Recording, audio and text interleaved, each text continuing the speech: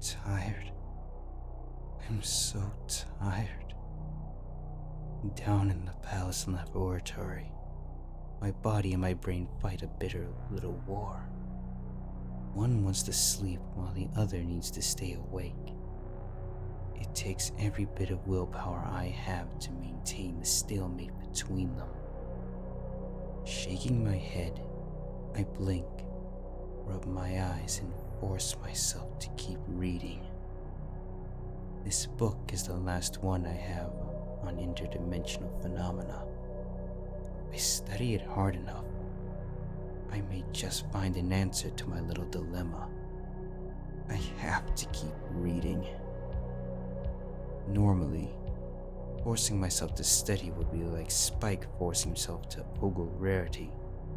But right now, reading is the last thing I want to do. As I study the page, words come loose and jump around, turning perfectly legible text into gibberish before my eyes. My head feels like it's been filled with cotton. My muscles have turned to jelly. Tired. I'm so tired. As I read, I can hear my bed calling to me like a siren to a lonely sailor. Come to me, Twilight, it croons.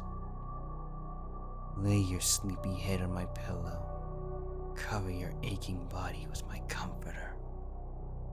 Give in to the darkness and let your mind rest. My eyelids start to droop. Rest. Sleep. Yes. A little rest. That'll be nice. Tired. I'm so tired. No. Slapping myself again, I drag myself over to a nearby coffee urn and pour myself a cup of steaming black coffee, swish a tea bag through it, and crush a few caffeine tablets into the brew for good measure. Lugging my muzzle, I chug the piping hot slurry and grimace. Much as I hate it, at least it'll keep me awake for a few more hours. Keep me safe for a few more hours. I rub grit out of my eyes. How long has it been since I left the palace? Days? Weeks? I don't know. Down in this windowless lab, time doesn't exist. Even with the clock hanging above my desk, minutes, hours, and days all blur together. I'm not even sure if there's still an Equestria anymore, or if pony kind still exists. Before I cast the force field around the castle, all of the staff were sent away. Even Spike. I'm sorry, Spike, but I can't let that thing find you too. I shudder. Even the thought of the thing seems to get its attention. The moment I even start thinking about it, I can feel its presence. A rat scrabbling behind the walls of reality, watching me, waiting for me, infinitely patient, infinitely alien, infinitely evil. I scour the book on my desk, frown, then hurl it against the wall, cracking the magic-infused crystal. Nothing. 550 pages of extra-dimensional phenomenon, and I still have no idea what I'm dealing with. Scowling, I sit up and trot over to the mirror in the center of the lab, weaving my way through an obstacle course of discarded scrolls, crumpled up notes, and candy wrappers. Like its cousin back in the Crystal Empire, it's a pane of magically doped glass and a horseshoe, shaped frame accompanied by banks of blinking lights, tape reels, and power crystals. On its side is a crude dial marked Destination. I see more than myself in the reflective pane. I see the bloodshot eyes and greasy mane, the heavy eyelids, and unkempt fur. I hate it, more than I have hated anything in my entire life.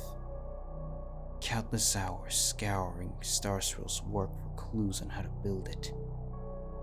Thousands of bits and hundreds of hours spent constructing the horrible thing. And what great world-changing discovery do I make? That sometimes it's better to leave the multiverse alone. I trot around the mirror, alternating between studying it and rubbing my chin. Should I destroy it? The mirror was deactivated right now. I hadn't used it since the first nightmare. But it was impossible that the thing was using my creation as an anchor of sorts, allowing it to extend its conscience into our universe. Destroying it could break the connection, or make things exponentially worse. What choice do I have? Already I can feel the energy leaking from my body. My alicorn physiology had already metabolized the caffeine. The world starts becoming heavier and heavier, as if a gaggle of imps was stacking barbells on my back. My thoughts become fuzzier, looser. I have to do this now. A ball of magic forms on my horn, growing larger and larger while I pour my will into it. With a mental flick of my Flint-Lock, I hurl the destructive sphere at the mirror. There's a flash of blue light, a whiff of ozone. When the light fades, all that's left of my grand project is a pile of molten glass and charred rubble. For a moment, I feel a sense of deep, deep peace. The weights fall off my back. That did it. It's over. Now to get some sleep. I trot towards the stairwell leading out of the laboratory. Hello, bed, my old friend. Sorry to keep you waiting for so long. Tired. I'm so tired. I stop. Might as well clean up my mess before I go to bed. No use making Spike clean up more than he already will. A broom and dustpan float out of the supply closet in the corner and take position beside me. I turn to face the pile of wreckage that used to be the mirror. The broom and dustpan fall to the floor, along with my jaw. It's fixed. I rub my eyes, blink a few times, then rub them again for good measure. I trot over to the mirror, running a hoof over its frame. What? How? How could this? It's in perfect condition. No chips, no cracks, not even a single scratch. It could have been fabricated just yesterday. I pull a forehoof back and slam it into the mirror, breaking it into 1,000 pieces, each shard emblazoned on my face. I turn my head for a few moments, then look back. It's still there. I twist it into pieces with my telekinesis. Still there. I crush it into a sphere the size of a marble. Still there. I slam it against the walls of the lab. Still there. As I destroy the hard device again and again, I feel the thing. It's laughing at me.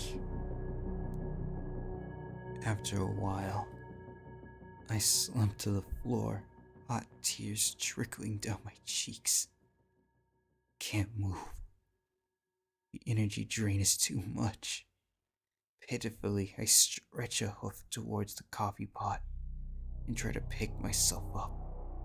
Slowly, my eyelids shut. My breathing slows. Just a few seconds. Reality blurs. The universe fades. Tired. I'm so tired. Posting myself off the ground, I pluck bits of razor-sharp gravel from my coat and shiver. On both sides of me are walls of jagged obsidian, higher than the highest mountain, stacked atop the second highest mountain. There's no sun in this bizarre version of Equestria. No clouds, no wind, not even a sky. The only light sources are these patches of glowing red slime dripping from the walls. As I shiver in the frigid, flinty air, the thing approaches. I don't see or hear anything. There's no sound whatsoever, save for my terrified heartbeat. But somehow, I can feel that it's approaching. Fast. The prey animal inside of me kicks in. I rear up on my hind legs, whinny and gallop down the canyon. Frantically, I scan my surroundings. I spot a warm, white light with the same horseshoe shape as the portal. Quickly, I charge towards it. Each step pushes jagged, glassy rock into the frog of my hoof. But I grit my teeth and push myself forward. I'm a princess of Equestria. I can do this. The feeling grows stronger by the second. Whatever the thing is, it's catching up. I hurl myself through the canyon. Sharp outcroppings slice up my sides. One takes the tip of my left wing, another takes a small chunk out of my right hoof. My teeth clench. Pain is pushed aside. All that's left is will. Nothing else matters but the portal. The friendly light grows larger with every hoof step. I'm nearly overcome with joy from just looking at it. Home. Sweet home. It's been so long. Much too long. Something catches my left foreleg. I yelp and stumble face first onto the canyon floor. Every vertex, every edge is a blade, slicing my body to ribbons. I scrabble desperately on the slick stone to try and regain my footing, only to slice myself up even more. Blood wells up from countless cuts, turning my coat dark purple. It's a miracle, or a curse, that I haven't blacked out yet. The feeling crescendos. Something grabs my body and locks it into place like I was suddenly encased in a block of glass. Against my will, I'm slowly rotated away from the portal and back towards the darkness. I hear a sound like a mountain-sized bell tolling. Something materializes from the darkness. It's a door, larger than 100 Canterlot castles stacked atop of each other. From what I can see in the dim light, it's made of a featureless material resembling polished basalt, with no markings of any kind, no visible hinges, only a thin seam running straight down the middle. One look at the thing, and I instantly forget about my horrible pain. My stomach turns to ice. Tears of pure fear trickle down my cheeks. It found me. This thing is no rat. This...